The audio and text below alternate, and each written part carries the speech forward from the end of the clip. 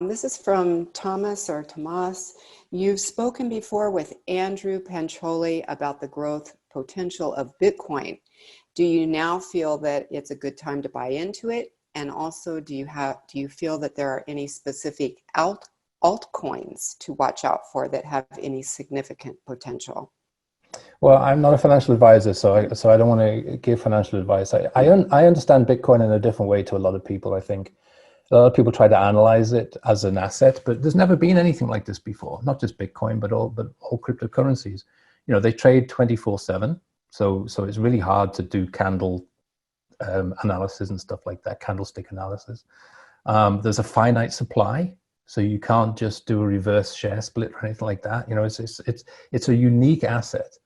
You can't keep mining it. You can't keep opening mines and bringing out gold and platinum and silver. So it's not like that at all. Because once it gets to once it gets to it's 20 million or 21.5 million, whatever it is, it's done. And then I think common sense would say that demand supply economics would take over at some point. So it would go up in value over time. If it has a value at all, I don't know. I'm fascinated by Bitcoin because it fuels decentralization projects. So I'm an investor in a few projects, but one in particular I really like. And the way it's working is that, you know, there's a guy in Zimbabwe who has no hope of a future, but he's smart. Education is really good in Zimbabwe, by the way, but I know somebody who works on projects there. He's really, really smart. Someone gives him a computer, and to him, it's no effort whatsoever to understand how this whole cryptocurrency world works. It's taking me months to even figure out, even to get into my account sometimes. It's very complicated for me, someone of my age and my background.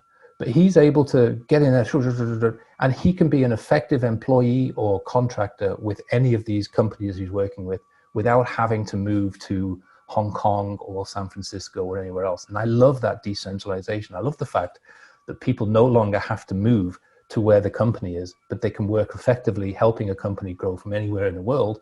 And this, you know, person who previously his salary would have been $4 a day is now earning $400 an hour, you know, doing the mining. So I love I think the potential for decentralization will change. I don't think people are ready for it yet. They don't understand it. It's going to change the way the world works.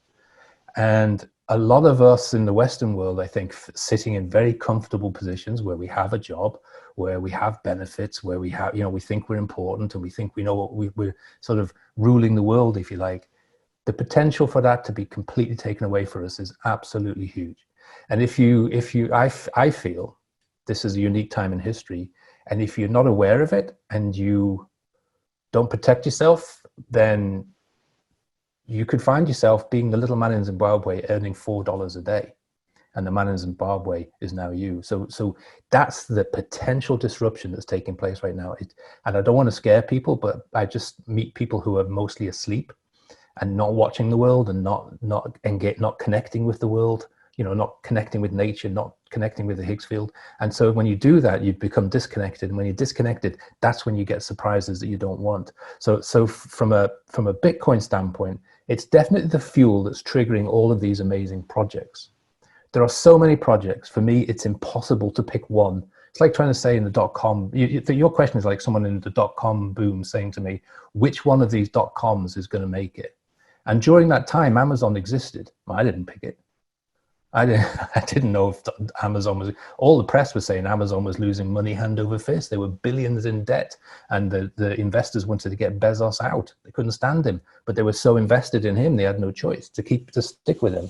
Well, look what that is now, you know, share price over $3,000. So I think it's going to be impossible to pick. So you have to go with your intuition. You have to find a project that you believe in. I found one which I really, really like. And it's already making revenue, so that gives me a sense of comfort. It's a real company. It's not just a scam. It's not a .com scam. It's not pets.com or, you know, any of those things that fell by the wayside. So it's a real company, and they're doing something that will have a major impact in the world. And it's fun being a part of it. So I'll invest in that because it's important to me as a human being that I believe in this project. And if I make money out of it, then that's just the bonus. So that's my attitude to altcoins, basically.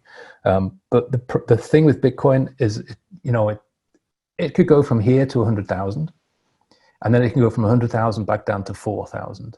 So it's done that 14 times in its history. It's gone up, 5,200% in about 2 months, and then it's come down 95% of its value. And so if you have the stomach to play that game, you could probably make a lot of money.